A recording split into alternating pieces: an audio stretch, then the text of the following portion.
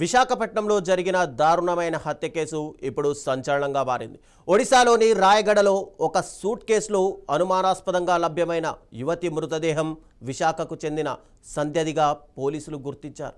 ఈ ఘటనపై విచారణ చేపట్టిన ఒడిశా పోలీసులు కీలక ఆధారాలు సేకరించారు. దర్యాప్తులో భాగంగా నిందితుడు బొలిశెట్టి సురేష్ను గుర్తించి కంచరపాలెం పోలీసుల సహకారంతో అదుపులోకి తీసుకున్నారు.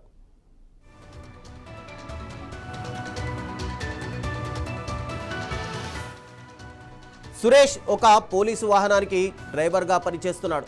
పెళ్లి విషయంలో సంధ్యతో గొడవ జరిగిందని, ఆ గొడవలోనే ఆమెను హత్య చేశారని నిందితుడు సురేష్ పోలీసుల విచారణలో ఒప్పుకున్నాడు.